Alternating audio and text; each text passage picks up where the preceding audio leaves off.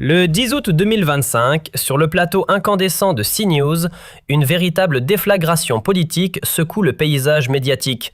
Jean-Philippe Tanguy, jeune figure montante du Rassemblement national, frappe fort. Loin de mâcher ses mots, il lance une offensive millimétrée contre François Bayrou, pilier du gouvernement et fidèle lieutenant de Macron. Avec l'assurance d'un chirurgien en pleine opération à cœur ouvert, Tanguy démonte point par point les malversations financières du pouvoir en place. Il accuse frontalement Bayrou de maquiller un gouffre budgétaire vertigineux, tout cela pour dissimuler les dérapages économiques d'un macronisme en bout de souffle. Le coup de tonnerre est immédiat. Les caméras frémissent, les analystes s'étranglent et le public retient son souffle. Le 11 août 2025, Valeurs Actuelles balance une bombe. Jean-Philippe Tanguy sort les chiffres et ils font mal. D'après l'INSEE, la France affiche un déficit public de 5,5% du PIB pour 2024, pendant que la dette nationale grimpe jusqu'à 112%. Un gouffre économique que François Bayrou aurait tenté de camoufler sous une couche de vernis comptable, histoire d'éviter que Bruxelles ne ressorte la boîte à sanctions.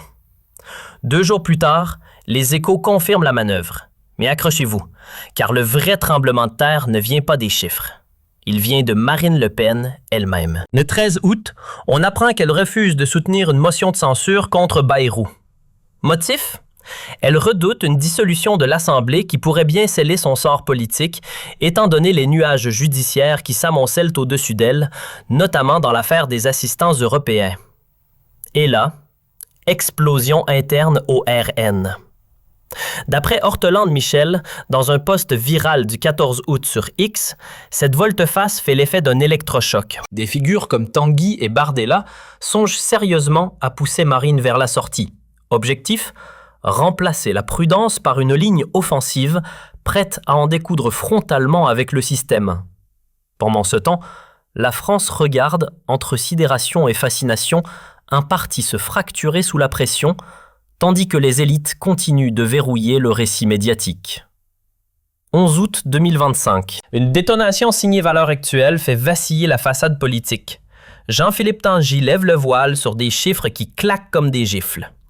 Selon l'INSEE, le déficit public de la France culmine à 5,5% du PIB pour 2024 et la dette nationale tutoie les 112%. Une dérive colossale que François Bayrou aurait tenté de maquiller derrière une cosmétique budgétaire bien huilée dans le but évident de désamorcer les foudres de Bruxelles. 2 jours plus tard, les Échos enfoncent le clou. Mais le coup de théâtre ne vient pas de la comptabilité. Il surgit du cœur même du RN. Le 13 août, surprise générale, Marine Le Pen refuse de s'aligner sur la motion de censure visant Bayrou. Pourquoi ? Parce qu'une dissolution de l'Assemblée pourrait bien être synonyme de fin de parcours, surtout avec l'épée de Damoclès judiciaire qui plane au-dessus d'elle, affaire des assistants européens en tête. Et là, c'est le clash. Le 14 août, Ortolande Michel poste sur X un message qui devient viral. Le camp RN explose. Tanguy et Bardella n'en peuvent plus. Ils envisagent sérieusement de faire sauter la patronne, jugeant son attentisme suicidaire. Ce qu'ils veulent? Tourner la page et adopter une stratégie de rupture frontale avec le pouvoir. Pendant ce temps, les Français, mi-hébétés, mi-fascinés, assistent à ce spectacle d'implosion, pendant que les élites médiatiques verrouillent l'écran de contrôle. Tanguy, Bardella et quelques autres stratèges du parti prennent une toute autre direction. Leur boussole idéologique? Elle pointe vers l'international. Trump, Orban, Meloni, Candace Owens. Ces figures musclées de la droite conservatrice mondiale servent d'inspiration à une aile RN décidée à rompre avec la mollesse. Leur mot d'ordre? En finir avec l'arrogance technocratique de Macron et exposer sans filtre les déroutes du système. Et Tanguy ne s'arrête pas là. Dans Valeurs Actuelles du 12 août 2025, il accuse François Bayrou d'avoir validé des prévisions économiques cousues de fil blanc, destinées à cacher un dérapage budgétaire monumental et à esquiver les coups de semonce venus de l'Europe. 2 jours plus tard, Le Figaro confirme. La Cour des comptes tire la sonnette d'alarme. L'Élysée table sur une croissance de 2% en 2025. L'OCDE, elle, parle de 1,2%. Une farce aux statistiques qui camoufle mal une coalition en perdition et qui creuse encore davantage le gouffre économique. Pendant ce temps-là, sur Europe 1, Marine Le Pen tente de justifier son refus de la motion de censure. Elle invoque une « stratégie prudente ».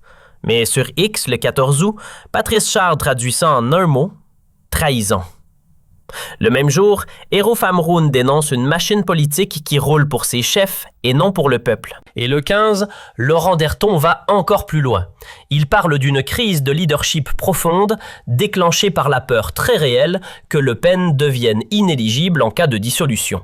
Rien d'un simple malentendu, ce malaise interne révèle une faille stratégique majeure et ouvre à Macron et Bayrou un boulevard pour resserrer leur emprise sur le pouvoir. Dans un communiqué relayé par le Figaro le 13 août 2025, le palais présidentiel balaye d'un revers de main l'affaire, qualifiant les tensions internes du RN de simple chamaillerie sans importance.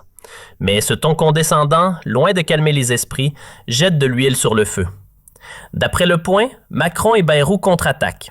Une machine médiatique bien huilée est mise en branle. Éditorialistes, stratèges en communication, tous mobilisés pour dépeindre Tanguy et le RN comme des populistes incontrôlables, un danger pour la stabilité de la République. Mais effet boomerang immédiat, sur X, les réactions s'enchaînent. Le 13 août, le compte Europe First fustige l'Élysée, l'accusant de bâillonner la vérité budgétaire pour masquer la dérive d'un président en chute libre. Et dans ce concert de critiques, une voix américaine s'invite. Candace Owens, le 14 août, encense Tanguy dans un poste tranchant. Elle le félicite pour avoir mis à nu le double jeu de Macron et Bayrou et assure que la vérité, tôt ou tard, s'imposera. Ce scandale prend une ampleur virale, portée par les réseaux sociaux et des médias alternatifs comme Seed News ou Valeurs Actuelles. Un coup de projecteur féroce sur un président acculé, prêt à tout pour sauver la façade, quitte à piétiner la liberté d'expression et trahir la confiance du peuple. Et ce n'est pas fini. D'après l'Express, le 15 août, l'Élysée aurait discrètement tenté de faire pression sur CNews pour étouffer l'affaire. Si cela se confirme, ce serait un coup porté au fondement même de la démocratie. Mais voilà, plus le pouvoir tente de serrer l'étau, plus les doutes s'intensifient. Et l'opposition, elle, en sort grandie, déterminée, prête à frapper. Ce chef d'État, censé incarner la résilience face aux tempêtes politiques, paraît chaque jour plus vulnérable face au pic chirurgical de Jean-Philippe Tanguy et à la vague montante des souverainistes. Derrière l'image millimétrée d'un président visionnaire, savamment construite par des années de storytelling médiatique, se cache un passé bien moins reluisant. Il aime se présenter comme un homme du renouveau, un modernisateur éclairé. Mais grattez un peu le vernis et vous tombez sur un CV tissé d'ombre et de compromission. Ancien banquier chez Rothschild, il se vante de ses passerelles express avec les sphères globalistes. Mais à y regarder de plus près, c'est surtout le portrait d'un stratège ambitieux, prêt à tout pour grimper, même au prix de son intégrité. Ce n'est pas de l'authenticité, c'est du casting bien ficelé. Et dans cette crise, sa réaction parle d'elle-même. Selon Valeurs Actuelles, plutôt que d'apaiser, Macron panique en coulisses.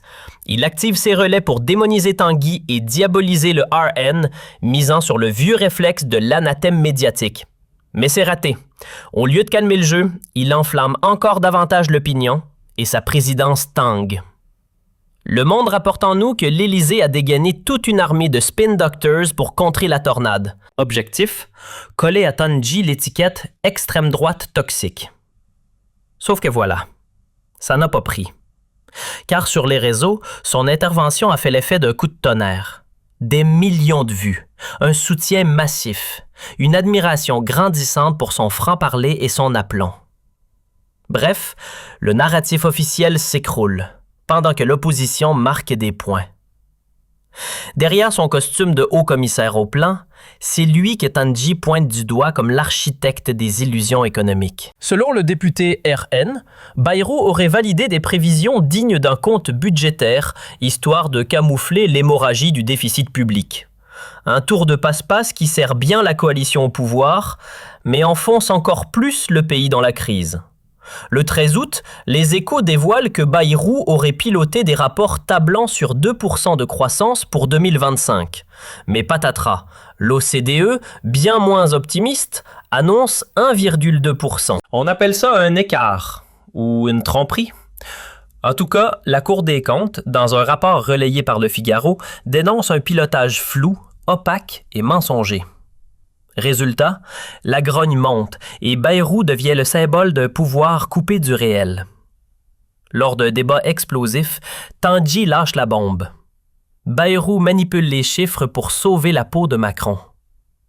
Et cette accusation ne tombe pas dans l'oreille d'un sourd. Macron, en direct, perd ses nerfs. Le moment est capturé, relayé, viral. Les partisans du RN y voient la preuve que les masques tombent. Mais ce scandale ne fait pas que nuire à l'Élysée. Il met aussi en lumière la montée en puissance du RN.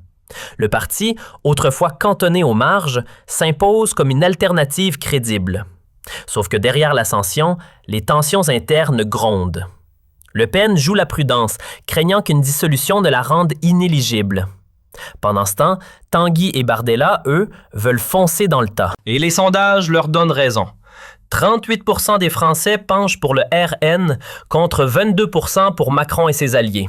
Un écart historique. Et à l'avant-garde de cette vague souverainiste, Tanguy, encore lui. Avec un style direct, des faits tranchants et une détermination sans détour, il incarne cette nouvelle génération qui n'a pas peur des élites. Il est salué par des poids lourds internationaux comme Candace Owens ou Viktor Orban. Le RN n'est plus un outsider. C'est un bulldozer électoral prêt à renverser le décor. Mais voilà, la prudence de Le Pen, son refus de soutenir la motion de censure, menace de tout fissurer. Comme l'a souligné Ortolan Michel, le RN est à la croisée des chemins et sa survie dépendra de son choix de cap.